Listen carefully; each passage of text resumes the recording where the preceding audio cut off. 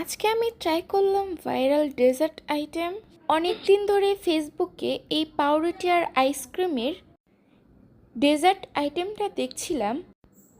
এটা বানানোর জন্য আমি প্রথমে 2টা ব্রেড নিয়েছি আর নিয়েছি ভ্যানিলা আইসক্রিম। আমার কাছে মনে হয়েছিল এই রেসিপিটা অনেক ভালোই লাগবে আর রেসিপিটা বানানো অনেক ইজি, এর জন্যই টেস্ট করতে মন চাইলো। এখানে আমি 1 চামচের একটু বেশি আইসক্রিম দিয়ে আরেকটা ব্রেড উপরে দিয়ে দিলাম।